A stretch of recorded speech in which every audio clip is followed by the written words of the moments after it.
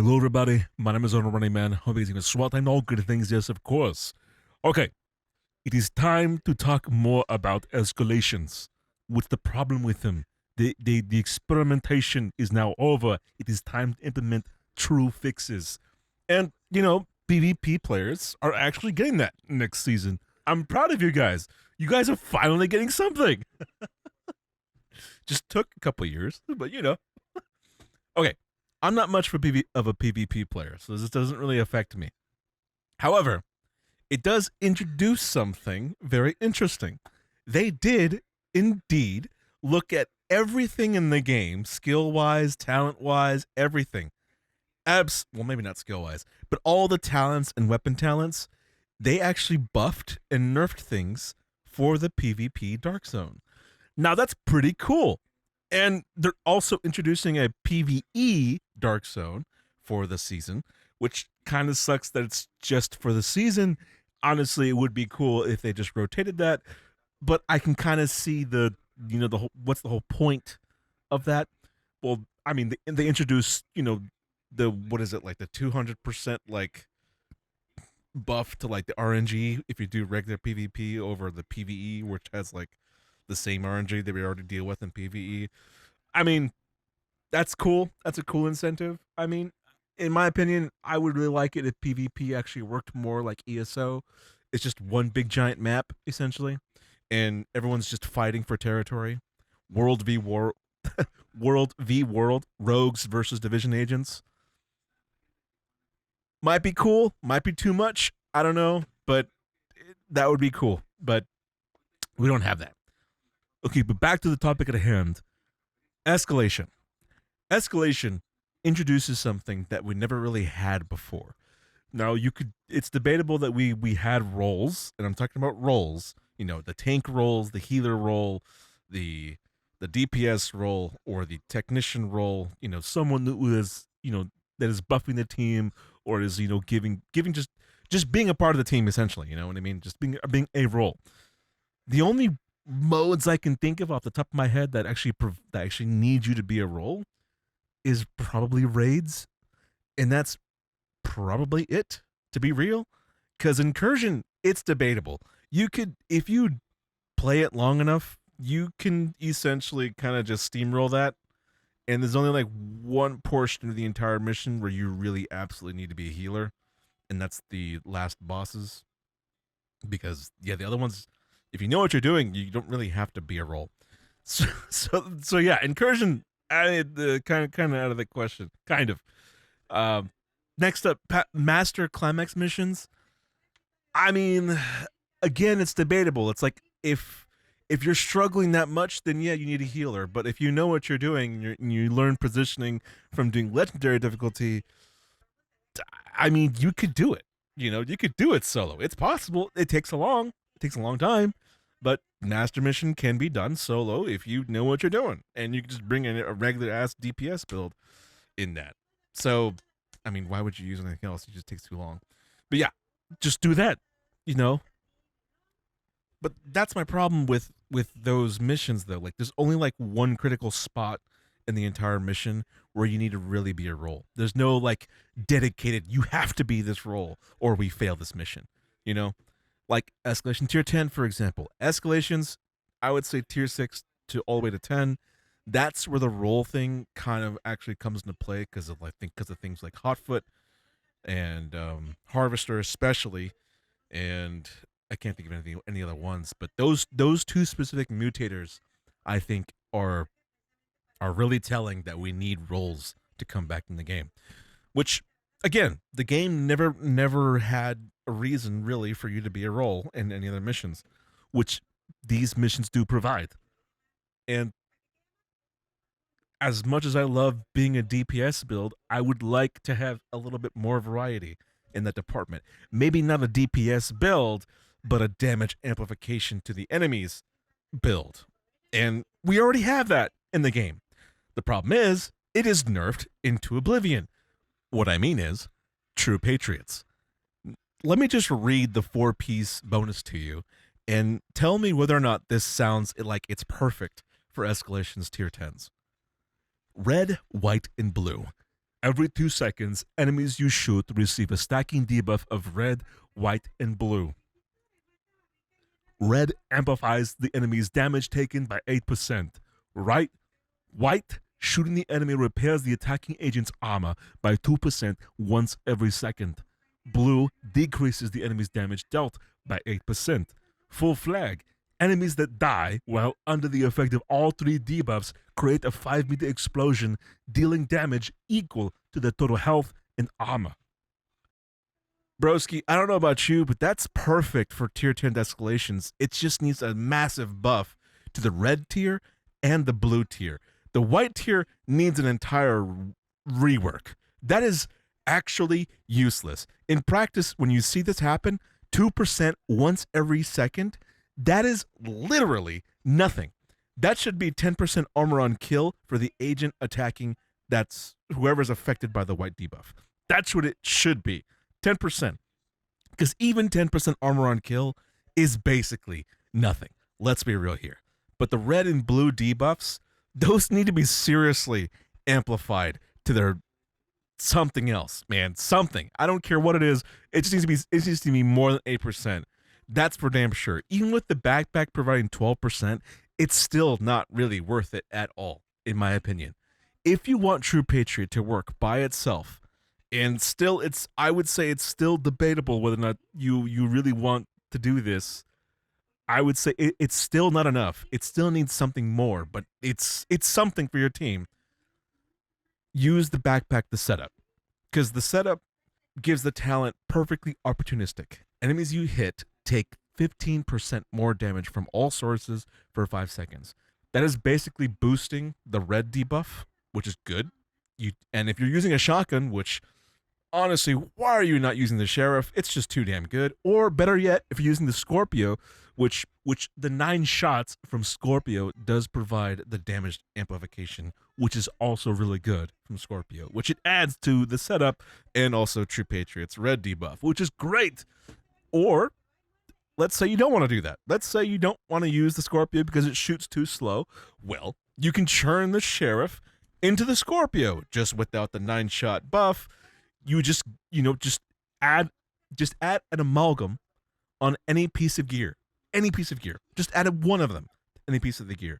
And you're golden. That's it. That's it. It's really not worth it to add amalgam to all of your pieces because, again, a shotgun shoots 9 pellets. So it's counting each and every single one of those pellets for amalgam to activate. So it's perfect. Just use one amalgam. It cools down on 5 seconds. Literally nothing. I mean, just roll that. It's good. Just again, the Scorpio is kind of better because of the 9-shot damage debuff. But the problem is, True Patriot right now as it is, it's still not enough. It really is not. The red debuff needs a super buff, and the blue one could be really good. Like if this is buffed too much, this could actually be really broken, in my opinion. But what really makes this build kind of suffer is the white debuff and the full flag one. The reason why is because full flag has a 5-meter explosion. Okay. Now, this explosion could be really good because everyone has amplified health and armor for tier 10s, whatever. So it's perfect for full flag because you're just going to benefit from that damage. It's great. But the problem is 5-meter explosion. That is just too small. Way too small. That needs to be more. Like maybe 8 meters. How about 10 meters? I would say 10 meters. And then on top of that, I would really appreciate it if whoever was the first affected by the blast gets those debuffs. Just that one enemy. Everybody else, you need to reapply those stats. But yeah, it should jump to the next one that was first affected by that blast. That would be kind of broken, maybe, but it would be nice, to keep up the stacks somehow. It's just in my opinion, it's just all about making True Patriot like a really good utility build. Like you're just amping everyone's damage. You are just, as long as you're staying up, this is the true concentrated company build right here. You know what I mean? Like this is what it should have been. I just want True Patriot to be good. Let's be real. Anyways, but yeah. But as it stands, True Patriot is really not worth it by itself. It really isn't. It's running this in tier 10s with a team that's willing to go through the trouble of it.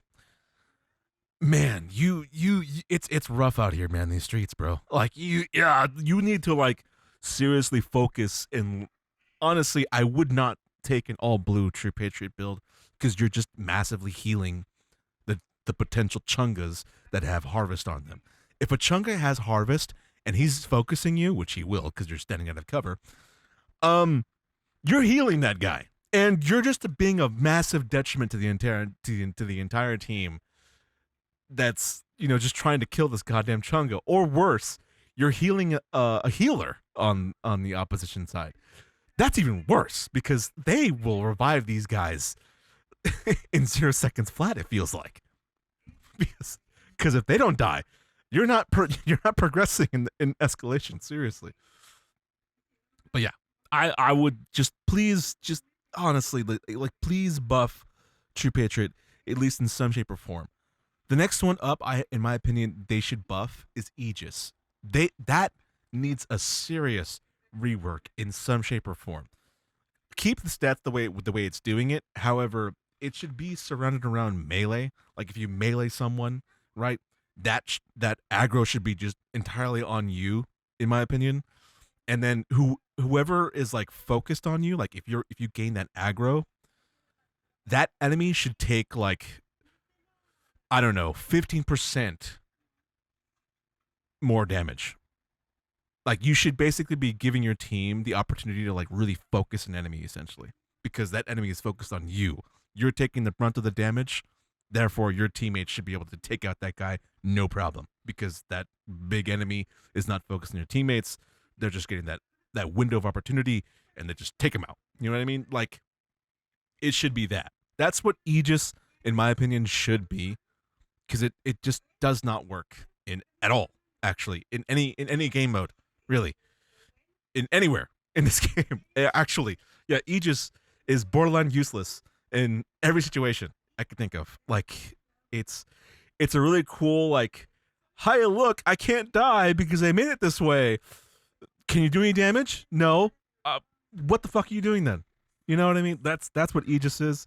It's really just a fuck around build. And that's it. I really don't know why it was made the way it was, because it in my opinion, it just doesn't. It's just useless anywhere I can think of it where it could be. It's really just that bad. I mean, those are the two builds I can think of that would be cool for tier 10s. I might make I might make a rework video like I did for the Overlord for True Patriot and Aegis, because those two builds especially, like, I want those two to work, because they sound like they could work and they'd be perfect for tier 10s, but they're just not as they are. But here's the thing. Prototype gear does provide a problem now, because you essentially have shot yourself in the foot by introducing prototype gear. Because where do you go from here? Because now augments are pretty much doing what the specialization weapon classes are doing, but way better. If the devs were to go back and change absolutely anything with the specialization weapon classes, with the 15 amp damage passive to all your weapons, honestly, that should be taken all out, and that should just be across the board with every weapon that you use. You should not have to choose the weapon right every time, or at least have it saved to the loadout that you have it saved for. At least, Jesus Christ, I hate having to go back to the base operations and change the weapon that I want to change, because I want to have a variety of weapons. I don't want to be locked into one. But it's like, perfect example, Firewall.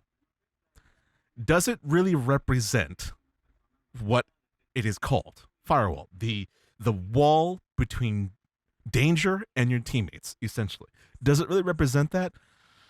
Not really. If anything, I would argue that Firewall is the body blocking machine. If you're really going to use it for its intended purpose. Like, it is the body blocking machine. You are blocking your teammates from really killing things. And you could say, oh, well, your teammates just need to learn to aim. Broski, you are providing a literal wall in front of your teammates. I don't know. There's ways that you can make this better, but here's the problem. Prototype gear, I think, locks them in to like a revolving door of like, oh fuck, we can't touch this now. We've already gone too far in the power creep so much that if we touch anything, literally, this might actually break everything else. This might ruin everything else, essentially. Because thinking about it and actually going and I've actually gone down the rabbit hole of like thinking about like what they could do to, you know, change these up for escalations, essentially. It would actually ruin the game if I think about it. Like, if you were to buff anything here, this would fundamentally ruin everything. And that is because prototype gear. Yeah, I kind of see why they don't bother trying to touch all the old stuff. But just something to think about. I don't know, like escalation again, it provides the role play. It brings it back. But we've gone so far in the power creep that the Division 2 doesn't even support that right now. Or at least the mutators don't support that at all. So please for the devs, please just don't do this for PvP. You know, buff and nerf things, because I've seen you guys actually look at everything in that entire PDF list. All right, can you guys actually look at the old stuff that was nerfed into oblivion and maybe buff it a little bit here and there for PvE? You know, for the PvE side of things, because it is getting more tough. It needs a buff. It needs to be looked at. Some stuff is kind of redundant. You know what? I might just make videos about that. Jesus. All right. Hope you guys enjoyed this rant, or whatever the hell this was, this big yapping session.